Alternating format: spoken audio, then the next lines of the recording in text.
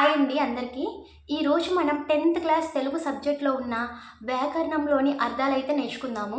ఇందులో 1వ పాఠం నుంచి 6వ పాఠం వరకు అర్థాలైతే నేను ఎక్స్ప్లెయిన్ చేస్తాను. ముందుగా మీరు ఈ వీడియోకి లైక్ చేసి మన ఛానల్ని సబ్స్క్రైబ్ చేసుకోండి. ఇంకా ఎవరైనా చేయని వాళ్ళు ఉంటే ఒక చిన్న రిక్వెస్ట్ అండి, వీడియోని అయితే స్కిప్ చేయకుండా చూడండి. అప్పుడే మీరు ఏ చాప్టర్ కూడా మిస్ అవ్వకుండా ఉంటారు. ఇంకా లేట్ చేయకుండా స్టార్ట్ చేద్దామండి. 10th క్లాస్లో ఫస్ట్ చాప్టర్ వచ్చేసి ప్రత్యక్ష దైవాలు. ఈ పాఠంలోని అర్థాలు: జనకుడు తండ్రి, అమరులు మరణం లేనివారు, భూషణం అలంకారం, వాంఛ కోరిక, హర్మయలు భవనాలు, హితము మేలు. ఇవి అసలు ఎలా గుర్తుపెట్టుకోవాలి? నేను సింపుల్గా దీని ఎక్స్ప్లెనేషన్ కొన్ని చోట్ల కొన్ని మెమరీ టిక్స్ కూడా చెప్తాను. ఫస్ట్ది వచ్చేసి జనకుడు. జనకుడు అంటే ఎవరండి? తండ్రి. అంటే ఏంటి జనకుడు అంటే? అసలు అర్థం ఏంటి? జన్మనిచ్చిన వాళ్ళని జనకుడు అంటారు. మనకి జన్మనిచ్చింది ఎవరు? మన తల్లిదండ్రులు. అవును కదా? ఇక్కడ జనకుడు ఉంది. జనకుడు అంటే తండ్రి, జనని అంటే మన తల్లి. యాక్చువల్గా ఇక్కడ ఒక చిన్న పాయింట్ చెప్పుకుందాము. ఆ భగవంతుడు మనల్ని ఫస్ట్ మన తండ్రి యొక్క కడుపులో వేస్తారు.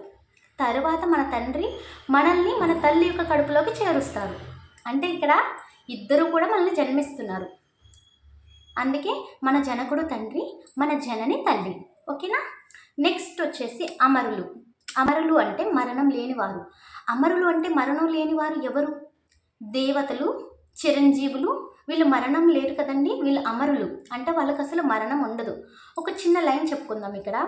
మనకి అమరులు ఎవరండి? చిరంజీవులు అంటే ఎవరు గుర్తొస్తారు? మనకి హనుమంతుడు గుర్తొస్తారు కదా. అవును కదా, ఆయన చిరంజీవి అంటారు. ఇప్పటికీ కూడా ఈ కలియుగంలో మన చిరంజీవి హనుమంతుడు తిరుగుతూనే ఉంటాడు. ఎక్కడ రామనామం వినిపిస్తే అక్కడ ఆయన వచ్చి కూర్చుని వింటాడు అని చెప్పి మన పురాణాల్లో చెప్తూ ఉంటారు కదా. అమ్మమ్మలు నానమ్మలు చెప్తూనే ఉంటారు ఈ మాటని ప్రతి ఇంట్లో. అమరులు అంటే ఎవరండి? మరణం లేనివారు, దేవతలు అంటే చిరంజీవులు అని అర్థం. ఓకేనా? నెక్స్ట్ భూషణం. భూషణం అంటే అలంకారం. అంటే ఏమిటంటే భూషణాలంటే ఏమిటి అసలు? భూషణాలంటే ఆభరణాలు అని అర్థం. భూషణం అంటే ఆభరణాలు అని అర్థం. ఆభరణాలంటే ఏమిటి? నగలే కదా. ఇప్పుడు నగలు ఏం చేస్తాం? మనం ధరిస్తాము. మనం వేసుకున్నప్పుడు నగలు వేసుకోవడం వల్ల మనం ఎలా కనిపిస్తాము? చాలా అందంగా కనిపిస్తాము. అవును కదా. మనం భూషణం అంటే మనం ఏం చేస్తాం? వాటిని అలంకరించుకుంటున్నాం, వేసుకుంటున్నాం. ఓకేనా? ఇక్కడ భూషణం అంటే అలంకారం. నెక్స్ట్ వాంఛ. వాంఛ అంటే కోరిక.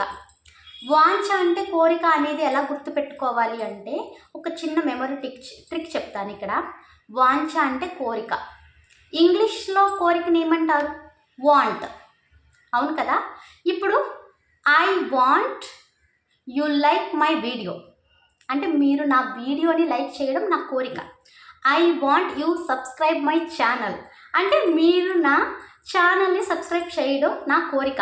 అలాగే మీ కోరిక ఏంటో కూడా, మీ వాంచ్ ఏంటో కూడా మనకి కమెంట్ బాక్స్లో మీరు రాయండి. నేనైతే మీ కోరిక నేను చూడాలి, చదవాలి అనుకుంటున్నాను. ఇక్కడ వాంఛ అంటే వాంట్ అని గుర్తుపెట్టుకోండి. వాంఛ అంటే వాంట్, కోరిక. ఓకేనా? నెక్స్ట్ హర్మయలు అంటే భవనాలు అని అర్థం. ఇక్కడ హర్మయలు అంటే భవనాలు అని ఎలా గుర్తుపెట్టుకోవాలంటే ఇక్కడ హర్మయలో ఇది తీసేయండి. ఏమైందండి? హాలే కదా. హాల్ ఎక్కడ ఉంటుంది? భవనాల్లో ఉంటుంది. బిల్డింగ్స్లోనే కదా హాలు ఉండేది. హాలు ఎక్కడుంటుంది? బిల్డింగ్స్లో ఉంటుంది. అంటే భవనాలు. హర్మయలు అంటే వెంటనే మీకు ఎగ్జామ్లో హర్మయలు అని ఇచ్చినప్పుడు మీకు హాలు అని మీకు ఈ ట్రిక్ గుర్తుకు రావాలి అక్కడ. ఓకేనా? నెక్స్ట్ హితము. హితము అంటే మేలు. హితము అంటే ఏంటి? హితము అంటే హితులు. హితులు అంటే ఏంటండి? స్నేహితులేగా. ఎవరైతే మనకి మేలు చేస్తారో వాళ్ళు స్నేహితులు. హితము అంటే అర్థం ఏంటి? హితము అంటే మేలు చేసేవారు అంటే ఎవరు? స్నేహితులు. హితము అంటే స్నేహితులు. హితము అంటే మేలు చేసేవారు. హితము. హితులు అంటే స్నేహితులు. హితము అంటే మేలు చేసేవారు. ఓకేనా? నెక్స్ట్ సెకండ్ చాప్టర్ అండి. సెకండ్ చాప్టర్ వచ్చేసి బతుకు గంప. ఈ పాఠంలో అర్థాలు ఏమున్నాయంటే వెలితి, లోతు, ఆశ్రయం, ఆధారం, ఆసరా, అండ, పొద్దస్తమానం, పగలంతా, స్థిమ్మితపడు, కుదుటపడు, దిక్కు, ఆశ్రయం, ఆధారం. వెలితి. వెలితి అంటే ఏమిటి అర్థం? లోతు. ఇది ఎలా గుర్తుపెట్టుకోవాలి అంటే ఒక సినిమా గుర్తొస్తుందండి నాకు. మన అక్కినేని నాగార్జున గారి సినిమా పేరు నాకు కరెక్ట్గా తెలీదు, మన్మధుడు అనుకుంటా. కాఫీ తాగితేనే కదా తెలుస్తుంది టేస్ట్ అని చెప్పి హీరోయిన్ అంటుంది. అది చాలా ఫేమస్. అలాగే వెళ్తేనే కదా లోతు తెలిసేది, తింటేనే కదా ఏదైనా తెలిసేది అని అంటాం కదా మనం కూడా. అంటే వెలితి అంటే వెలితే, అలా గుర్తుపెట్టుకోండి. వెలితి అంటే వెలితే, వెలితేనే కదా లోతు తెలిసేది. అవునా? ఓకేనా? ఆశ్రయం, ఆధారం, ఆసరా, అండ. ఇక్కడ ఒక చిన్న లైన్ చెప్తానండి. పక్షులు ఎక్కడ ఉంటాయండి? చెట్ల మీదే కదా ఉంటాయి, చెట్ల దగ్గరే కదా అవి నివసిస్తాయి. అంటే పక్షులు చెట్లను ఆశ్రయించాయి, వాటిని ఆధారం చేసుకుని, చెట్లను ఆధారం చేసుకుని అక్కడ జీవిస్తున్నాయి. చెట్లను అండగా చేసుకుని అవి జీవిస్తున్నాయి. ఇప్పుడు మనం ఉన్నామండి, వర్షం పడుతుంది. వర్షం పడినప్పుడు మనం ఏం చేస్తాము?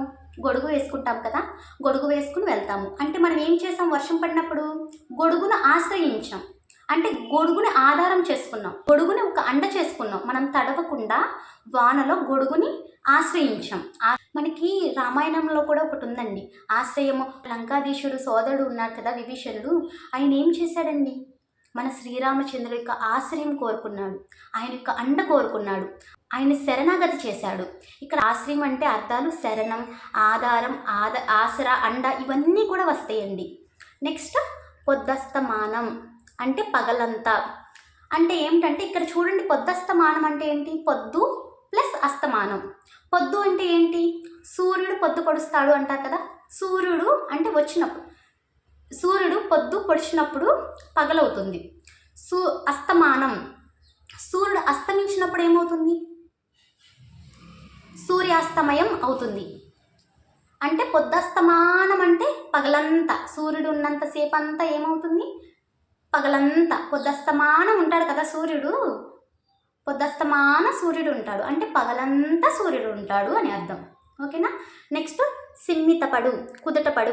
స్థిమ్మిత, ఇప్పుడు గాలి బాగా వీస్తుంది అనుకో, చెట్లు ఏమవుతాయండి? బాగా ఊగిపోతాయి కదా, గాలి ఆగంగానే స్థిమ్మిత పడిపోతాయి, అంటే కుదుట పడిపోతాయి. ఓకేనా? నెక్స్ట్ దిక్కు, ఆశ్రయం, ఆధారం. ఇక్కడ బాగా గుర్తుపెట్టుకోవాలండి, ఇది చాలా ఇంపార్టెంట్ అయిన బిట్టు.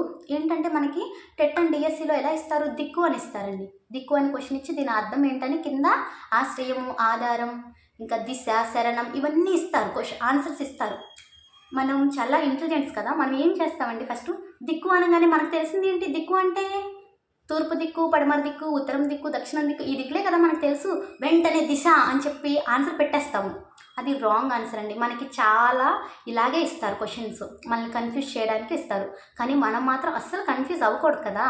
దిక్కు అంటే ఇక్కడ ఏంటంటే ఆశ్రయం, ఆధారం. ఇది ఎలా గుర్తుపెట్టుకోవాలంటే ఒక ఎగ్జాంపుల్ చెప్తాను. ఇప్పుడు మనం చాలా సందర్భాల్లో ఈ యొక్క మాట అయితే మనం అనే ఉంటాం, దేవుడా ఇక నువ్వే నాకు దిక్కయ్యా, ఇంకా నాకు వేరే ఆప్షన్ లేదు, నువ్వే నాకు దిక్కు. ఇప్పుడు ప్రేమికులు కూడా ఉంటారు, వాళ్ళు ఏం మాట్లాడుకుంటారండి ప్రేమించుకునే టైంలో? నువ్వే నాకు దిక్కు, నువ్వు తప్ప నాకు ఇంకా దిక్కే లేదు అని ప్రేమికురాలు ప్రేమికుడిని అంటది. ప్రేమికుడు కూడా ఏమైనా తక్కువ? అయ్య బాబాయ్ నువ్వే నాకు దిక్కు, నువ్వు తప్ప నాకు ఇంకా ఏ అమ్మాయి కూడా దిక్కు లేదు అని అంటారు కదా. అలాగా ఇక్కడ మనం గుర్తుపెట్టుకోవాల్సింది ఏంటంటే ఆ ప్రేమలో అవన్నీ కాదండి. దిక్కు అంటే ఆశ్రయం, ఆధారం అని అర్థం. మన దిక్కు ఎవరండి? మన దిక్కు ఎవరు? డిఎస్సి కదా మన దిక్కు. అలాగా గుర్తుపెట్టుకోండి. నెక్స్ట్ 3వ పాఠం శతక మాధుర్యం. ఈ పాఠంలో అర్థాలు: ద్రుపుడు, మూర్ఖుడు, దుష్టుడు, క్వాతి, కీర్తి, యశస్సు, తల్పం, పాన్పు, కాన, అడవి, బస్వంతుడు, సూర్యుడు. మొదటిది ఏంటండి? ద్రుపుడు. ద్రుపుడు అంటే ఏంటి? మూర్ఖుడు, దుష్టుడు అంటే ఏంటంటే, ద్రుపుడు అంటే అసలు ఆ క్వశ్చన్లోనే చూడండి, ద్రుపుడు అది చూస్తుంటేనే మనకు కొంచెం, ద్రుపుడు అంటే దుష్టుడు. ద్రుపుడు అంటే ఆ ద్రుపుడు ఉన్నాడే వాడు దుష్టుడు, మూర్ఖుడు. ద్రుపుడు అంటే ఒక పేరు, ద్రుపుడు అని చూడంగానే దుష్టుడు. ద్రుపుడు ఉన్నాడు కదా వాడు పెద్ద మూర్ఖుడు, దుష్టుడు అని గుర్తుపెట్టుకోండి. క్వాతి, క్వాతి అంటే అర్థం ఏంటి? కీర్తి, యశస్సు. క్వాతి అంటే అసలు అర్థం ఏంటంటే మంచి మాట అని అర్థం. క్వాతి అంటే మంచి మాట, కీర్తి మంచి, యశస్సు మంచి, మనకి మంచి. ఇప్పుడు క్వాతి, కీర్తి అంటే ఇద్దరు అమ్మాయి పేర్లు కదండి. క్వాతికి, కీర్తికి మంచి యశస్సు ఉంది అంటే ఒక మంచి పిల్లలు అని, మంచి పిల్లలు అని ఒక పేరు ఉంది వాళ్ళిద్దరికి, ఖ్యాతికి కీర్తికి మంచి పేరు ఉంది. వాళ్ళు మంచి పిల్లలు, అందరి పిల్లల్లా కాదు, మంచిగా బాగా చదువుకుంటారు, వాళ్ళు మంచి పిల్లలు అని వాళ్ళకు ఒక పేరు ఉంది. ఖ్యాతికి కీర్తికి ఒక ఏయస్సు ఉంది, మంచి ఉంది అని ఇలా గుర్తుపెట్టుకోండి. నెక్స్ట్ తల్పం. తల్పం అంటే పాన్పు. ఇక్కడ ఒక చిన్న లైన్ చెప్తానండి. శ్రీ వెంకటేశ్వర స్వామి వారు అందరికీ తెలుసు కదా, ఆయనకి ఏం చేస్తారు, పవలింపు సేవ చేస్తారు. అంటే ఆయనకి పాన్పు వేస్తారు కదా స్వామివారికి, అంటే తల్పం వేస్తారు. పాన్పు అంటే ఏంటి అర్థం, పడక. స్వామివారు సేద తీరడానికి, స్వామివారు పగలంతా భక్తుల్ని చూసి అలసిపోతారు కదా, అందుకే ఆయనకి పాన్పు వేస్తారు, అంటే పడక వేస్తారు. స్వామివారు మీరు కొంతసేపు రెస్ట్ తీసుకోండి స్వామి అని చెప్పి ఆయనకి పాన్పు వేస్తారు. పాన్పు అంటే తల్పం. స్వామివారికి ఏమి వేస్తారు, తల్పం వేస్తారు. పాన్పు అంటే, తల్పం అంటే అర్థాలు మంచం, పరుపు ఇవన్నీ వస్తాయి. నెక్స్ట్ కాన. కాన అంటే అడవి. ఇక్కడ ఏంటంటే కాన అంటే, ఇప్పుడు మనం అడవిలో ఉంటాం, అడవిలో ఎవరైనా మనుషులు కనిపిస్తారండి, కనిపించరు, ఎంత వెతికినా కనిపించరు. కాన అంటే కానొస్తలేదు, అంటే కనిపించడం లేదు. కాన అంటే అడవి అని ఎలా గుర్తుపెట్టుకోవాలంటే, అడవి. కాన అంటే కానొస్తలేదు, కాన అంటే కానొస్తలేదు. కానొస్తలేదు అంటే ఏంటి, అడవిలో మనుషులు కానొస్తలేదు, కనిపించడం లేదు. కాన అంటే అడవి అని గుర్తుపెట్టుకోండి. కాన అంటే కానొస్తలేదు. ఎవరు కానొస్తలేదు, మనుషులు కానొస్తలేదు. ఎక్కడ, అడవిలో. మనకి అక్కడ ఆప్షన్స్ ఇస్తారు కదా, కాన అంటే ఊరు, అడవి, సముద్రం, ఇలా కొన్ని ఆప్షన్స్ ఇస్తారు.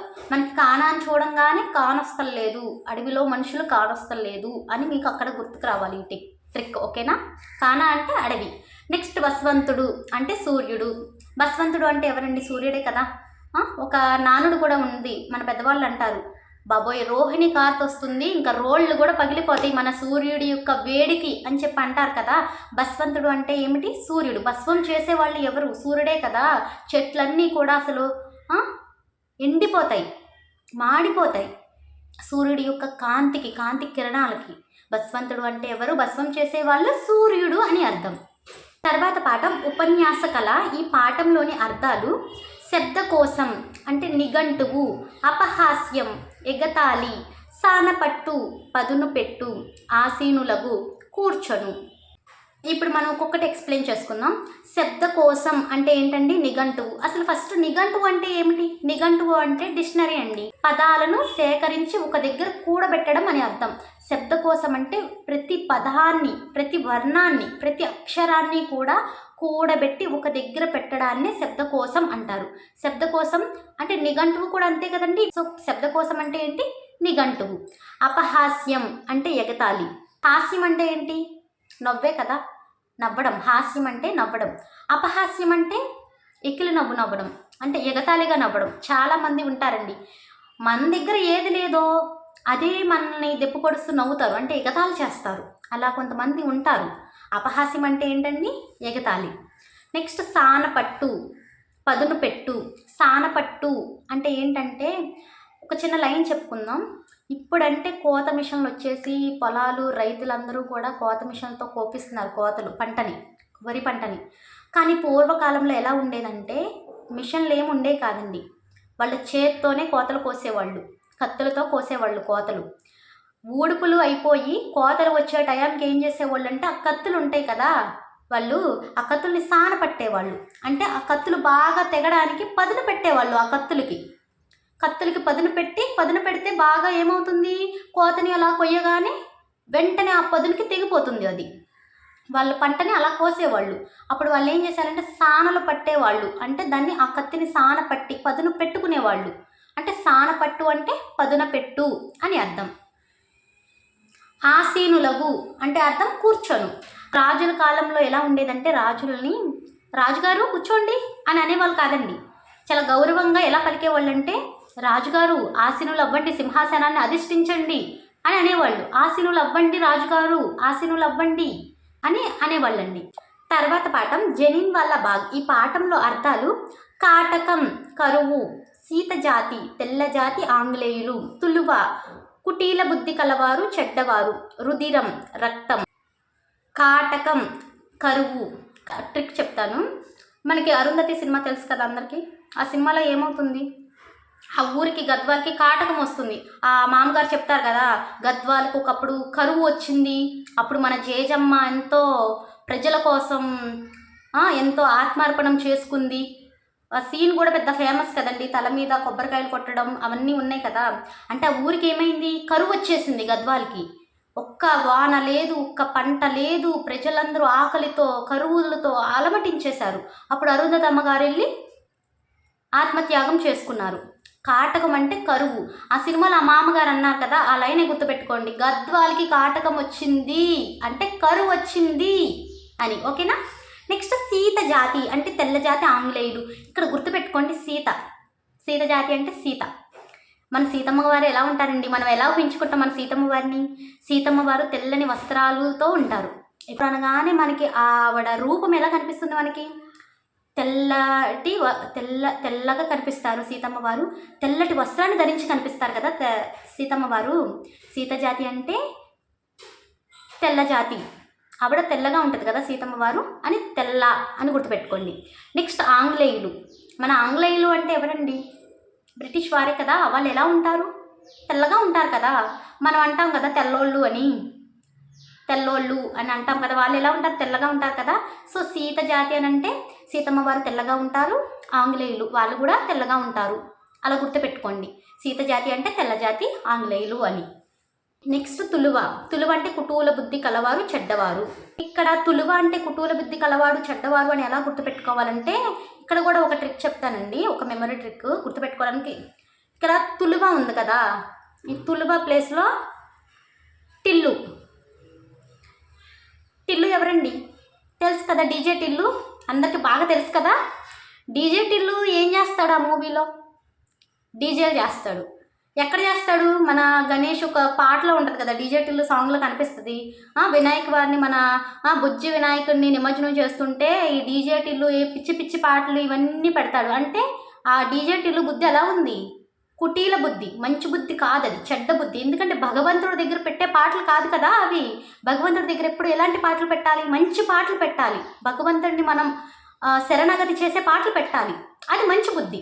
కానీ డీజే టిల్లు ఏం చేశాడు? ఆ సినిమాలో చూశారు కదా, డీజే పాటలు పెట్టేసి ఓకే జనంతో హంగామా చేసేసాడు.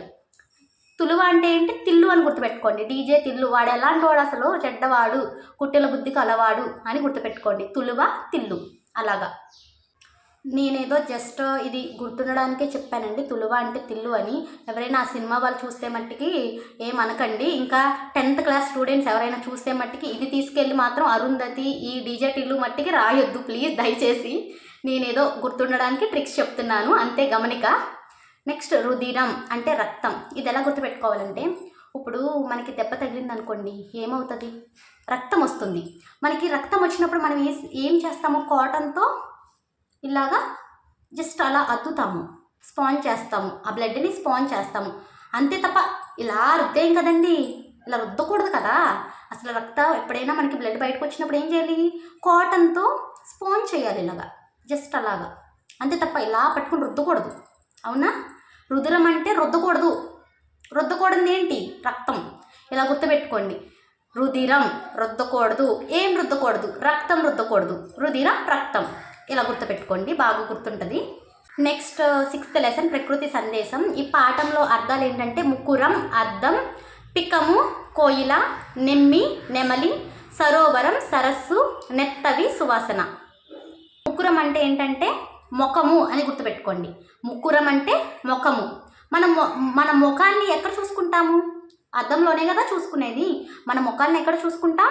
అద్దంలో చూసుకుంటాం. అంటే ముకురం అంటే ముఖము. ముకురం అంటే ముఖము. ముఖాన్ని ఎక్కడ చూసుకుంటాం? మనం అద్దంలో చూసుకుంటాం. అలా గుర్తుపెట్టుకోండి, ఇది ముకురం అంటే అద్దం. నెక్స్ట్ పికము కోయిల. పికము అంటే ఏమిటి? కోయిల అని అర్థం. ఇక్కడ ఎలా గుర్తుపెట్టుకోవాలంటే ఒక చిన్న లైన్ చెప్తాను. మనకి కోయిల ఎలా కూస్తుందండి? చాలా మధురంగా వినసొంపుగా కూస్తుంది. పాటలు పాడుతుంది కదా, ఎలాగా మధురంగా పిక పిక పిక పిక పిక పిక అని కూస్తుంది. మనకు ఒక వాడుకలో ఒక మాట అంటారు కదా, కోయిల గొంతు కాకి వస్తుందా అని. ఎలాగా కూస్తుంది? కావు కావు కావు కావు అని కూస్తుంది. వినబుద్ధి అవుతుందా కావు కావు కావు కావు అంటే? కానీ మన కోయిల ఎలా కూస్తుందండి? పిక్కి పిక పిక పిక పిక పిక అని కూస్తుంది. అవునా? మనకి చక్కగా వినాలనిపిస్తుంది కదా క్యూట్గా. పిక పిక పిక పిక పిక పిక అని కావు కావు కావు కా అంటే ఏ వినాలనిపిస్తుంది? అలాగే పిక పిక అని పాడేది ఏంటి? కోయిల. ఇలా గుర్తుపెట్టుకోండి. తర్వాత నెమ్మి. నెమ్మి అంటే నెమలి. నెమలి ఏం చేస్తుందండి? నెమలి ఏం చేస్తుంది? వర్షం పడే ముందు నాట్యం చేస్తుంది. అవును కదా? చక్కగా మేఘాలు వచ్చేసి క్లైమేట్ అంతా మంచిగా ప్లెజెంట్గా మారిపోతే నెమలి పులకించి మధురంగా నాట్యం చేస్తుంది. నెమలి ఎలా కురివిప్పుతుంది? ఇలా నెమ్మదిగా కురివిప్పుతుంది. అంటే నెమ్మదిగా. నెమ్మి అంటే నెమ్మదిగా. నెమ్మి అంటే నెమలి, మయూరం. ఇలా గుర్తుపెట్టుకోండి. నెమలి అంటే మయూరం అని కూడా అర్థం. ఇలా కూడా అడుగుతారు. నెమలి అంటే అర్థం, ఇంకొక అర్థం ఏంటి? మయూరం. సరోవరం అంటే సరస్సు. మనకి బాగా తెలుసు కదా, ఎప్పుడు మనం ఎప్పుడైతే పుస్తకాలు పట్టుకున్నామో అప్పటి నుంచి ఈ బిట్ అయితే ఖచ్చితంగా అర్థాల్లో వస్తుంది. సరోవరం అంటే ఏంటి? సరస్సు. ఇక్కడ ఒక లైన్ కూడా చెప్తానండి నేను. మనకి ఇంతవరకు రాజుల కాలంలో ఎలా ఉండేది? రాకుమారులు ఏం చేసేవాళ్ళు? వాళ్ళ చిలికత్తులతో వాళ్ళ రాజ్యంలో ఉన్న సరోవరాలకి, ఉద్యానవనాలకి తిరిగేవాళ్ళు చిలికత్తులను వేసుకొని. సరోవరం అంటే ఏంటి? అక్కడ ఉండే చెరువు, నది, అలా సరస్సులోకి అలా వెళ్ళి ఆ సరస్సులో ఆ తామరలని వాటిని చూసి ఎంతో సంతోషించేవాళ్ళంట రాకుమారులు. మనకు కూడా అంతేగా, సరస్సులో కనుక మనం తామరలు చూస్తే ఎంత బాగుంటుంది. అబ్బబ్బా, ఎప్పుడు ఆ తామరలు మన దగ్గరికి రావాలి, ఎప్పుడు మనం లక్ష్మీ తల్లికి పెట్టాలి, ఎంత సంతోషపడిపోవాలి చూసి అని అనుకుంటాం కదా చాలాసార్లు. నెక్స్ట్ నెత్తవి. నెత్తవి అంటే ఏంటి? సువాసన. ఇప్పుడు ఇక్కడ ఒక లైన్ చెప్తానండి. ఇప్పుడు మనం టెట్ డిఎస్సి కోచింగ్కి వెళ్తున్నాము. మనం కోచింగ్ ఫోకస్గా వింటున్నాం. ఒక్కటే స్మెల్ సువాసన ఎక్కడి నుంచి వస్తుందంటే, ఎక్కడో ఒక అమ్మాయి పూలు పెట్టుకుందండి, మల్లెపూలు. అక్కడెక్కడో పెట్టుకుంటే ఇక్కడికి వినిపిస్తుంది, ఇక్కడికి వచ్చేస్తుంది, రూమ్ అంతా స్ప్రెడ్ అయిపోతుంది ఆ సువాసన, ఆ మల్లెపూల యొక్క సువాసన. నెత్తవి అంటే సువాసన. ఆ పూలు అనేది ఎక్కడ పెట్టుకుంది ఆవిడ? నెత్తిలో పెట్టుకుంది. పూలు ఎక్కడ పెట్టుకుంటారండి? నెత్తిలోనే కదా పెట్టుకునేది. నెత్తవి అంటే ఏంటి? నెత్తిలో. అలా గుర్తుపెట్టుకోండి. నెత్తవి అంటే నెత్తిలో. నెత్తిలో ఏం పెట్టుకుంటాం? పువ్వులు పెట్టుకుంటాం. పువ్వులు ఏమొస్తుంది? సువాసన ఇస్తుంది. నెత్తవి అంటే సువాసన అని మీకు గుర్తుకు రావాలి. మగవాళ్ళు అయితే పెట్టుకోరండి, ఇదైతే మగవాళ్ళకి సంబంధించిందే కాదు అసలు. ఆడవాళ్ళు ఎక్కడ పెట్టుకుంటారండి? పూలు నెత్తిలో పెట్టుకుంటారు. అంటే నెత్తవి. అలా గుర్తుపెట్టుకోండి అంతే. నేను జస్ట్ గుర్తుపెట్టుకోవడానికి మాత్రమే ట్రిక్స్ చెప్తున్నానండి. ముఖ్య గమనిక, దయచేసి 10th క్లాస్ స్టూడెంట్స్ ఎవరైనా ఉంటే ఆ పరీక్షల్లో మట్టికి రాయొద్దు. మన టెట్ అండ్ డిఎస్సి వాళ్ళకే ఇది బాగా ఉపయోగపడింది ట్రిక్స్. ఓకేనండి, అయిపోయింది. నెక్స్ట్ 7 to 12 లెసన్స్ అయితే పార్ట్ 2 వీడియోలాగా చేస్తా. ఇంతసేపు క్లాస్ వినాలంటే మీకు కష్టంగానే ఉంటుంది, నన్ను చూడాలంటే నాకు అర్థమయ్యింది. ఓకే, ఆపేస్తున్నానండి. ఈ 6 లెసన్స్ కూడా జస్ట్ ఒక్కసారి అలాగా మీరు రివైండ్ చేసుకోండి. మీ టెక్స్ట్ బుక్స్లో ఉంటాయి కదా ఇవి బిట్స్, మీరు చూసేటప్పుడు ఒకసారి అలాగా గుర్తుపెట్టుకోండి. అండ్ నా ఎక్స్ప్లెనేషన్ మీకు ఏమనిపిస్తుందో ఒక చిన్న కమెంట్ పెట్టండి, నాకు తెలుసుకోవాలని ఉంది. అండ్ ఇంకా ఎవరైనా ఈ వీడియోకి లైక్ చేయకపోతే ప్లీజ్ లైక్ చేసి మన ఛానల్ని సబ్స్క్రైబ్ చేసుకుని మన ఫ్యామిలీ ఇప్పుడు 100కి చేరుకుంది. ఇదంతా కూడా మీ సపోర్ట్ వల్ల, మీ ప్రేమ వల్లే జరిగింది. మన ఛానల్ 10 డేస్లో 100 సబ్స్క్రైబర్స్ రావడం అనేది చాలా నాకైతే బాగా నచ్చింది. And next part 2 7 to 12 lessons don't miss. ఓకేనా? Thank you so much for watching.